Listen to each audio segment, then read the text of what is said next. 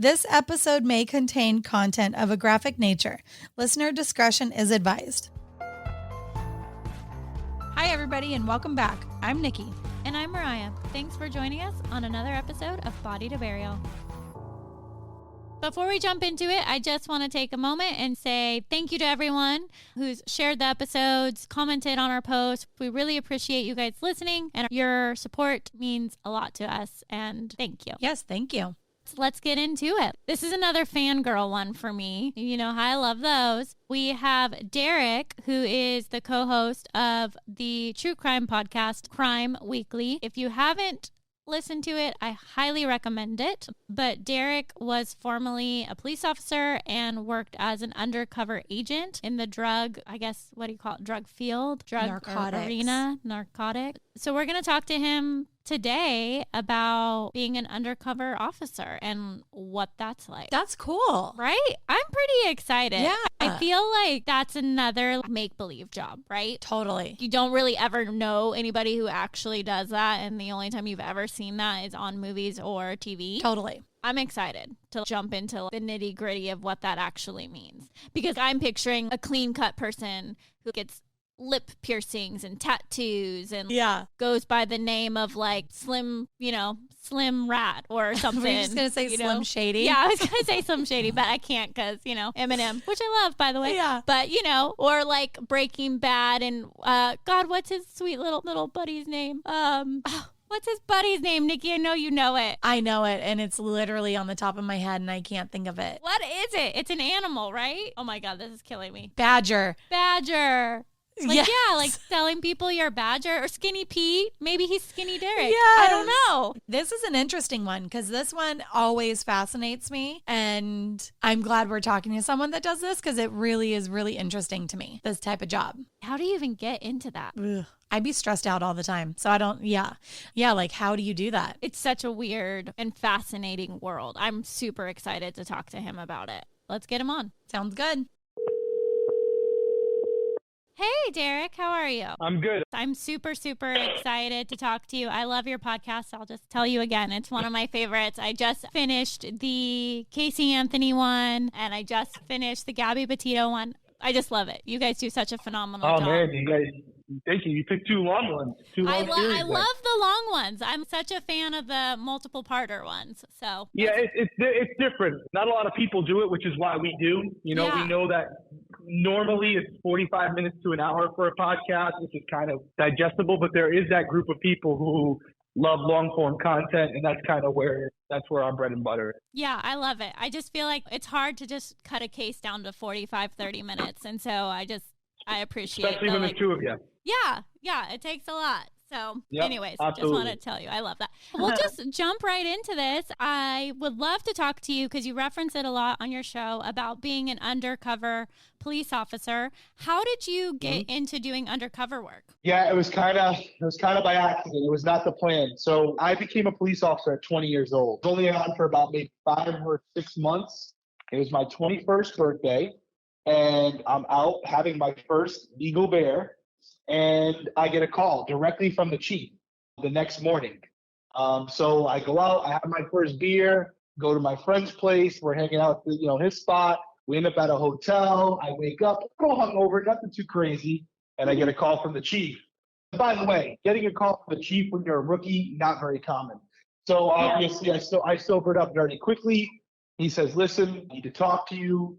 We have this case at this college where they might be selling drugs and date rape pills. And frankly, they're looking for someone who has a very young face and would be able to blend in with the students.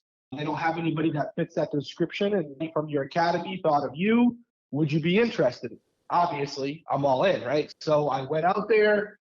To make a long story short, did my first undercover case.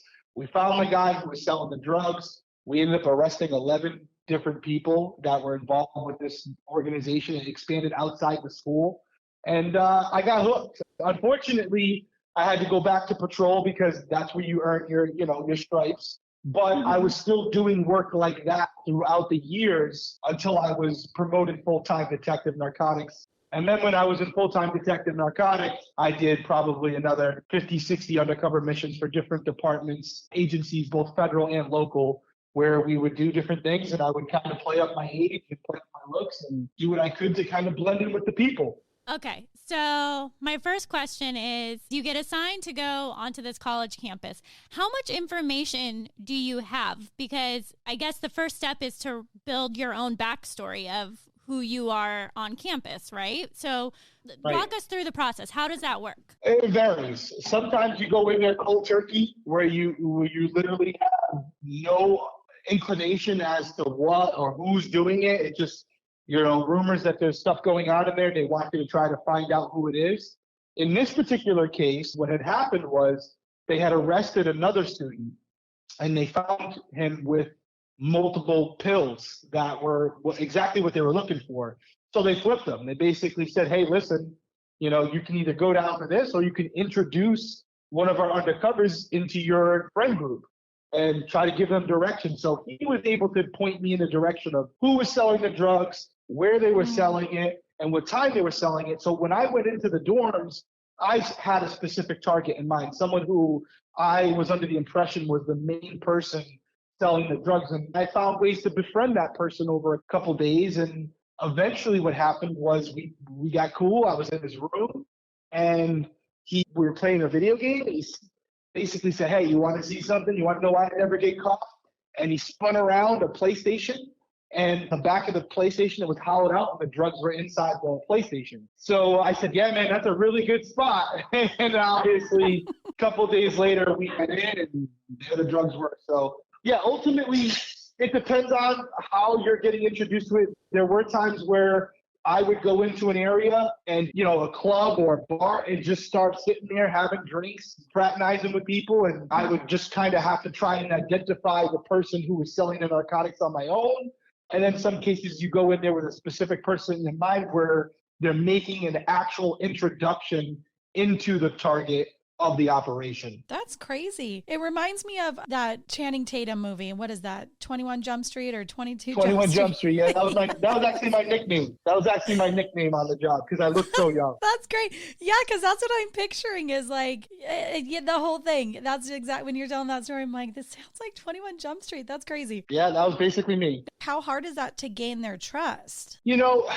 I've always had a natural ability to kind of blend in with other people, to find commonalities with people of all different backgrounds. That's kind of always been my thing. It started as a kid growing up in a very eclectic city with a lot of different types of people.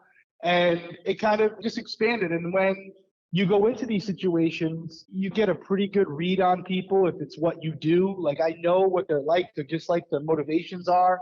And you hit them with a couple different conversations. You want to let them do most of the talking. And by just asking questions and really listening to what they have to say, you can develop a pretty quick profile on them as far as like, hey, this is someone who likes to be the alpha, or this is someone who is looking for acknowledgement from others. There's different things you can go up and you play off that. I was on a show before called Big Brother. And believe it or not, the reason why I was so successful on that show is because it's a lot of the same thing where you're going in there, you're trying to find out what people's motivations are, find out what common interests you have, and then use those to build a relationship as quick as possible. Because ultimately, when you go into these investigations, you don't go up to the person and say, hey, can I buy some drugs from you? You want to start with things like, what's their favorite sports team? What do they like to eat? Where do they like to hang out? You want to try to build a real relationship so it lets their guard down. And then you can start asking the questions that actually matter to you. How much of yourself do you keep in, I don't know if you call it a character or a cover. I was thinking about on one of your episodes in your podcast, you had a reference that you usually use your first name so you don't get hung up, if you had told them your name was James or something and they're calling your name and you don't respond. So how much of yourself do you keep in the details of what you tell people? Yeah, honestly, a lot. I mean, before I had kids and stuff, it was very basic. I was only 24, 25 years old. So a lot of the things that I was doing in my personal life, legally, of course, was going out with these individuals as well. Because what people think is like, when you have someone who's selling drugs or carrying out some form of illegal activity, they're not sitting there doing that all the time. It's not like the movies. For the most part, they're watching sports, they're hanging out at restaurants, they're hanging out with family and friends, and they have a lot of the same problems and the same pleasures as you. Criminals aren't these like outlier people where they're just literally sitting in their villain office plotting how they're going to do something evil tomorrow. For the most part, a lot of the times, these individuals are doing this because of one reason or another, but a lot of the times it's because they need the money, right? They're trying to get money for whatever reason. So you can relate to them on a lot of ways. So for me, when I went into these operations, a lot of my stuff was the same. Like you said, I always kept my same first name. I always told the truth about my favorite sports teams, what I like doing, my favorite restaurants, my favorite movies. Why lie about those things? They're not going to be able to trip you up on it later if you're telling the truth. When you start to create this whole new persona and just everything you're saying is off the cuff and a complete outright lie, you're bound to get caught, especially if the operation goes on for multiple weeks. So for me, unless it's something that could tie it back to like my personal life, like my wife or anything like that, I always kept it in because I wasn't concerned about them coming after me afterwards for things like my favorite team was the Red Sox, So those information you can give, and it's not really going to hurt the case, but it is going to strengthen your conversation because you're coming from a place of authenticity. What do these people think you do for a living? Because I feel like that's a very common question to be like, so where do you work? Yeah, so for me, when I was undercover, a lot of the times, I'm giving away the tricks of the trade here, but a lot of the times I would say I was in construction because that's kind of like a job where, and I never said I worked for a big company. It was always like, Joe's Handy Shop out of, Cranston, Rhode Island or whatever. And I'm just a journeyman where I would bring up lumber, paint, just odd and end jobs. And sometimes I would even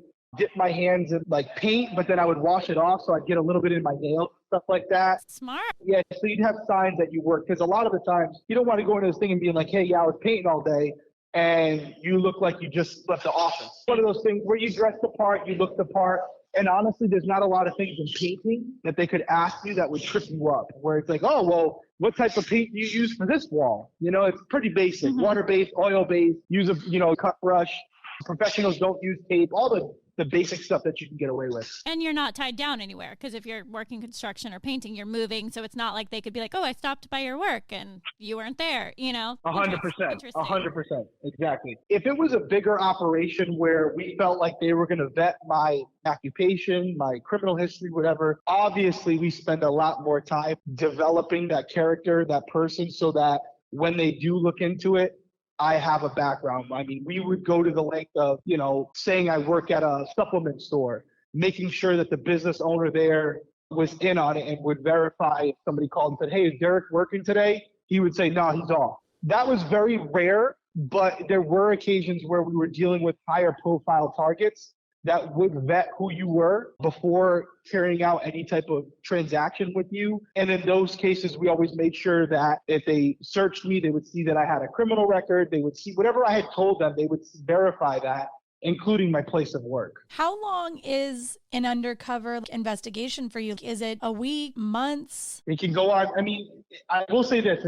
I never had a situation where I was undercover consistently 24 hours around the clock for months. But there were times where I was buying drugs from a specific person over a period of 4 or 5 months, but I was going home at the end of the day. I would just meet up with them, make the buy, say hello, have a drink, and then I would go on with my day. But in many cases, when you're trying to establish not only who the target is, so for example, you'll have this person when it's a bigger operation where they may have a money house, they may have a drug house, they may have multiple properties, they may have multiple vehicles.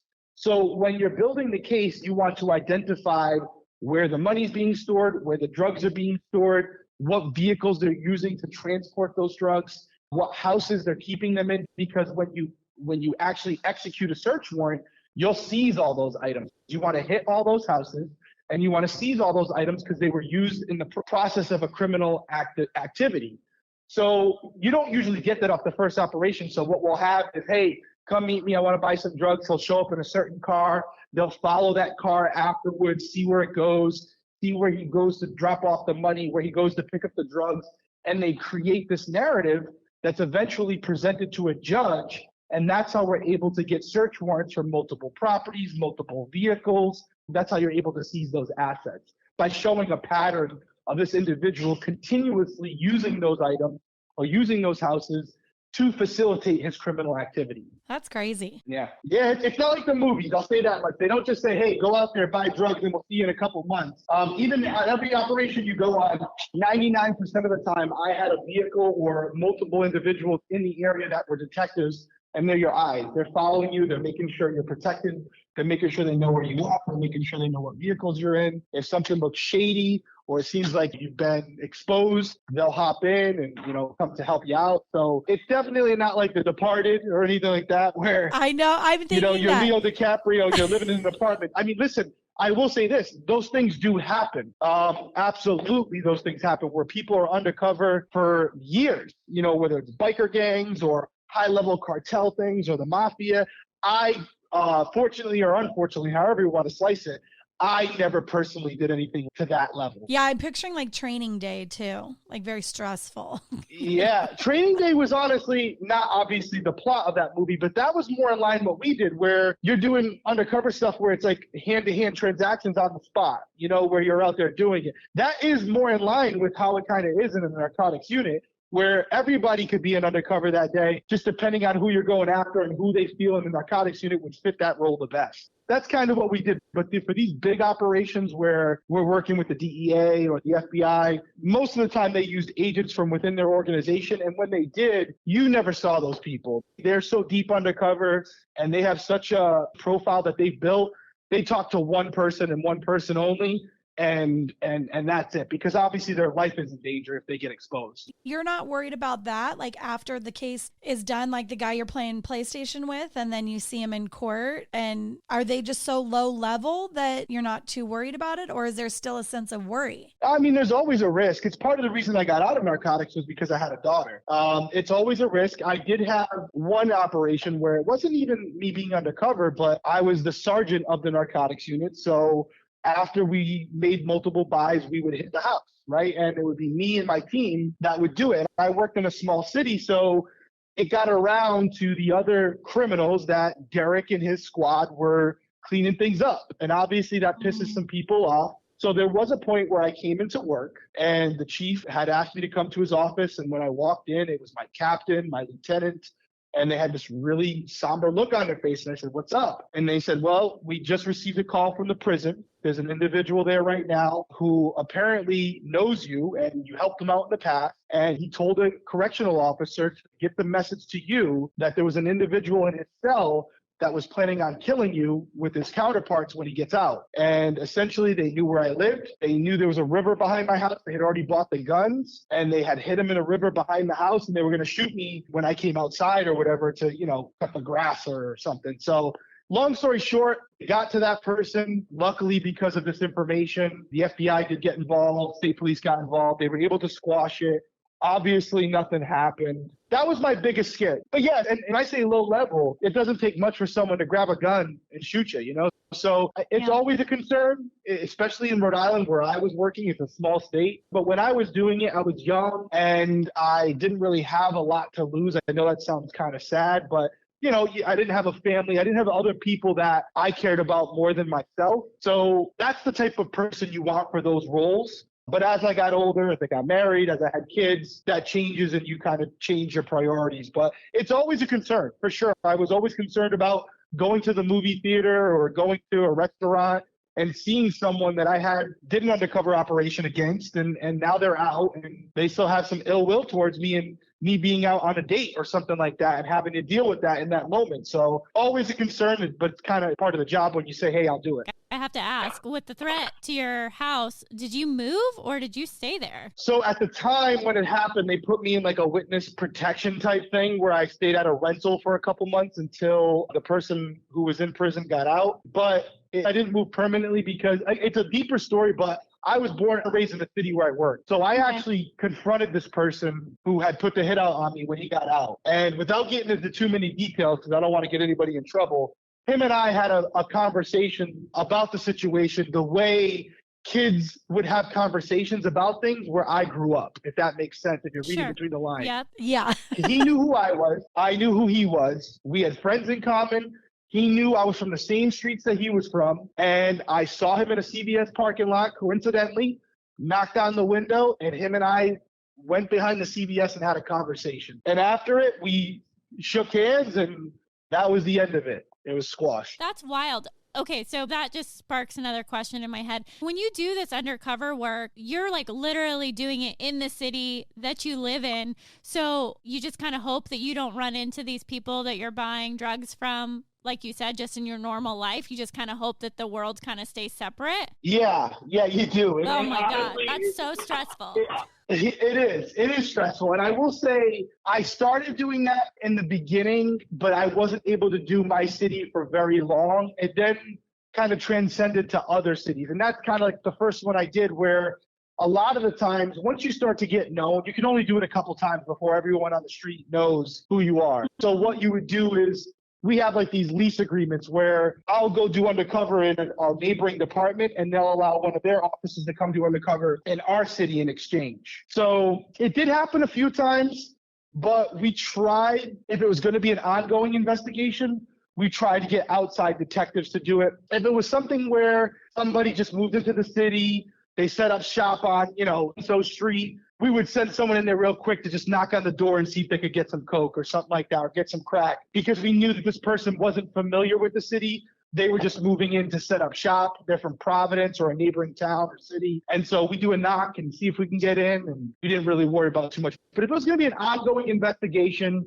we usually outsource that to make sure we had someone who they weren't going to be able to trace back to someone in the city. What is the job span for an undercover? Like some people, is it their whole career or is it a very short time? There's a difference between undercover and the special investigations or narcotics unit, right? Like you can be in the narcotics unit, you can be in special investigations. I know guys who've been in narcotics for 20 years. That's all they've done. They've done their whole career. They're going to retire. Narcotics guys, they passed on promotions, they do whatever. Are they doing undercover work anymore? No, they never have done undercover work because of the way they look, right?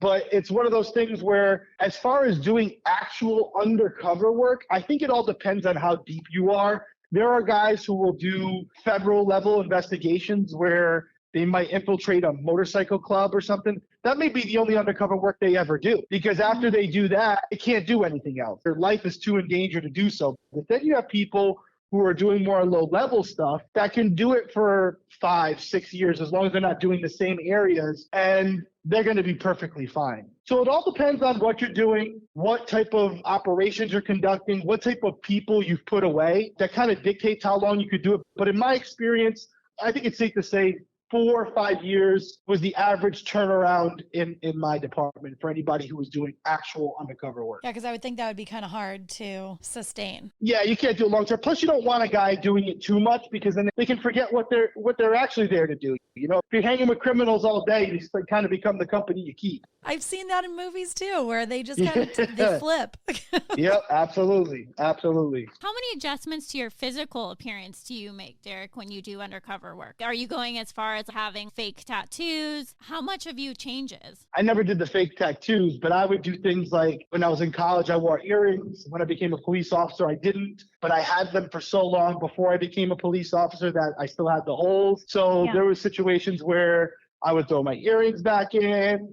I would grow out my facial hair, which was not something I had as a police officer. In patrol, I would grow out my actual hair, make it a lot longer, kind of have it, shaggy or whatever. Just try to keep yourself away from the custom high and tight look that you usually see with a police officer as much as possible. So I would do things like that, grow a mustache, grow a beard from the beard that I can actually grow, which isn't a lot.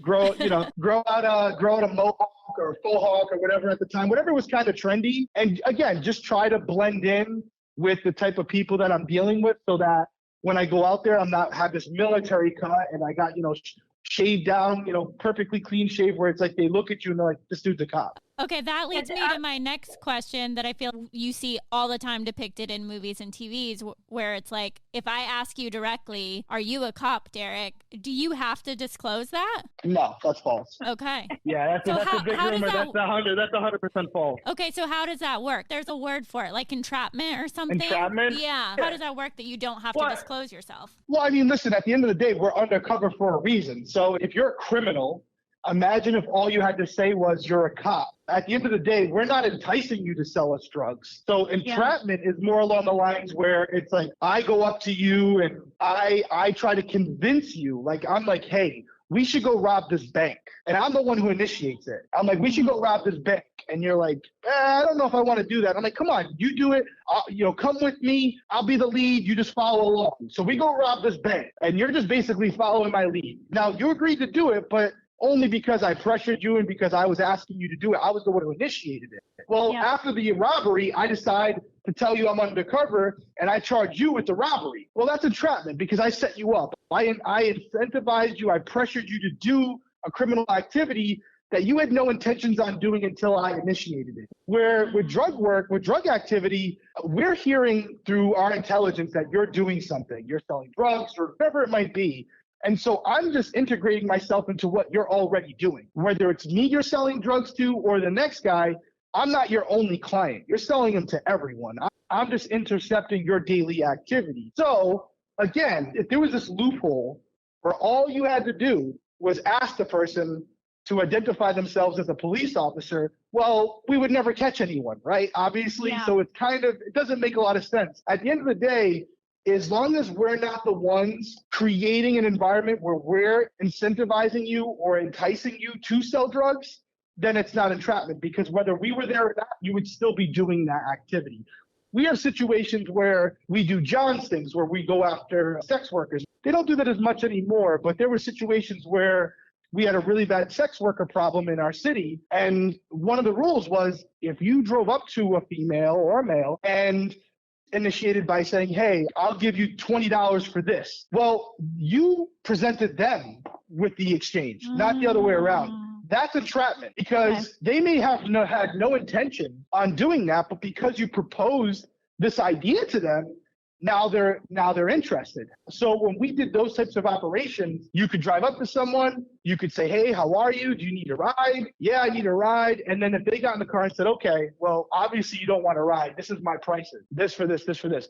Well, now they've initiated that conversation and therefore it's lawful. Gotcha. Okay. Imagine if you could be going after the cartel and all they had to say was, are you a cop? And if you didn't admit it, the operation was therefore null and void. It makes sense. Yeah, no, I think there's some level of like common sense that comes into it as well.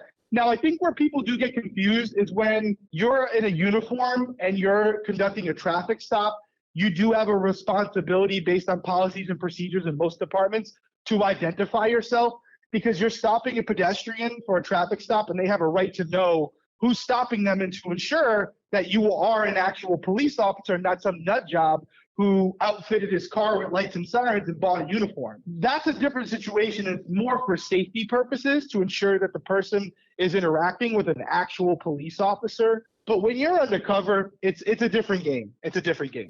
You've identified him. Now you guys arrested him, whatever. And then you go to court. Do you testify as like a witness or you're? Yeah, if you have to, now you're testifying as a police officer. But I will tell you, in my experience, I never had to really testify because once they find out who you are through their lawyers, when all the discovery packages are presented, they know what they did with you and they know what they sold to you. And they know at that point, it's in their best interest to take a plea deal, to take something, because it's not secondhand knowledge at this point. They know the interactions they had with you. They know what they sold to you, and they know it's going to be your word against mine. And when I get up there and say what I bought from you in the days I bought it from you and how much and all these things, more than likely the jury's going to believe me. So they usually take a deal at that point because they realize they're kind of stuck at that point. The jig's up. Yeah. Do you really experience like a massive flip when somebody's arrested? They're willing to just completely rat everybody out, or is it hard to extract information from them? Some are easier than others. It's some act like real tough guys, and then when they get in there, they're willing to roll right away. Some, they won't rat out a single person for freedom and $1 million. They just won't do it. It's just their code. And sometimes it depends on what you have on them. If you've only got something that's going to give them a misdemeanor and 6 months in prison, they're not going to roll on that. If they're looking at federal time with a minimum of 10 years or something, they might be more apt to provide information that helps your cause. It all depends on the person. I've seen people that we've given them some pretty good deals, and instead they've chosen to go to prison for 10 years. Do you ever develop a relationship with the people that you're trying to bust that you kind of feel guilty at the end of the day that it's going to fall out the way that it's going to? All the time, almost every time, to be honest with you. Because like I said earlier, most instances, these individuals are on hard time and they have families and they're risking their livelihood, they're risking their freedom to make money this certain way. Now, are there other ways to make money? Yeah, there are many people who are doing this because it's the easy route and it's quick money, right? Mm-hmm. So, but the bottom line is sometimes good people make bad decisions. It doesn't make them bad people. And so there are many instances where, we end up going through with it, and I have conversations with them afterwards, and I stress to them that it was nothing personal. It's just business. And that's why in that case that I was telling you about earlier, where a prisoner tipped off a correctional officer that they were going to conduct a hit on me, that was someone that I had arrested before. But it was the way that I treated him after the interaction that created that level of respect. And I'm fortunate enough to say that, all the times I've been on television, all the shows that I've been on, I've never had someone come out and be like, oh, he was disrespectful or abusive to me, because anybody I ever arrested, regardless of what they did, I will say I had a little problem with child molesters, obviously, but anything short of that, I always treated them like a person, and I made sure that they knew this wasn't something personal. It was our job, and they knew what they were doing, and we knew what we were doing, and that was the risk that they took. And now they had to pay for it. And they usually, most of the time, they got it. They understood. How long would a person stay in jail, PlayStation guy? How long would his sentence be? In Rhode Island, probably didn't do a day in jail. Really? Probably got probation. Yeah. I mean, the way the world works now, if they're first-time offenders and they're, suspected of selling narcotics with a lawyer, it's probably, a year and a year probation, depending on how much they were selling, depending on if it rises to the federal level, where they have firearms around the drugs as well. There's all these different elements play a factor in what type of charges they're hit with. And like I said, if they're a student with no criminal history, never been in trouble before, they usually give them a plea deal where they're not doing any actual time. They get kicked out of the school and things like that, but ultimately they're not going to prison for a first-time offense. Unless they're selling kilos of cocaine. That's different. In the drug case, it wasn't that. I don't even remember what it was, but we're talking ounces, which in the grand scheme of things isn't a lot. What do you think is the biggest misconception about undercover cops and the work that you do? It's funny that you mention it, but I would honestly say what you said. I get asked that question all the time as far as do you have to identify yourself as a police officer? If they feel that you are. That's a big misconception. But I think overall, it's not necessarily a misconception, but it's more so what we watch on TV in the movies. You think everything is like The Departed or Sicario or something like that. When I say I did undercover work, there's a lot of guys who are just, basic guys who've done hand-to-hand transactions, undercover stings, things like that, where, it's not that deep, it's not that involved. And so there's different levels to undercover work where not every person's going undercover against the mafia for 6 years. I'm not Donnie Brasco. But I guess it's a good thing, a misconception, because anytime I say I did undercover work, that's what people think, and it automatically gives me credit I don't deserve. The other question I was thinking about is if someone listening to this and they're hearing you and they're like, I want to do that, I want to go undercover, what is the best way for them to get there? What's the best path? Well, I will say, obviously, you have to be some type of law enforcement. You probably want to go to the police academy, but there's no school or training you go to be an undercover detective. Most of the time, just like in my case, they pick you. So there'll be a narcotics unit or a special investigations unit within your department, and they know who their up-and-coming guys are. And you, because of the way you look, may fit a certain profile. I'll tell you, a lot of the times when I was in narcotics and I was in charge, we were looking for female officers because a lot of drug dealers would be more apt to sell to them because their guards are down and the officer may be pretty and they want to sleep with them. So they're more willing to make mistakes and sell to them immediately when they should be vetting them. So It all depends on how you look, how you communicate. Are you someone that's a natural speaker? And I think that comes a lot from your upbringing and who you are as a person. So unfortunately, I don't know if there's anything people can necessarily do.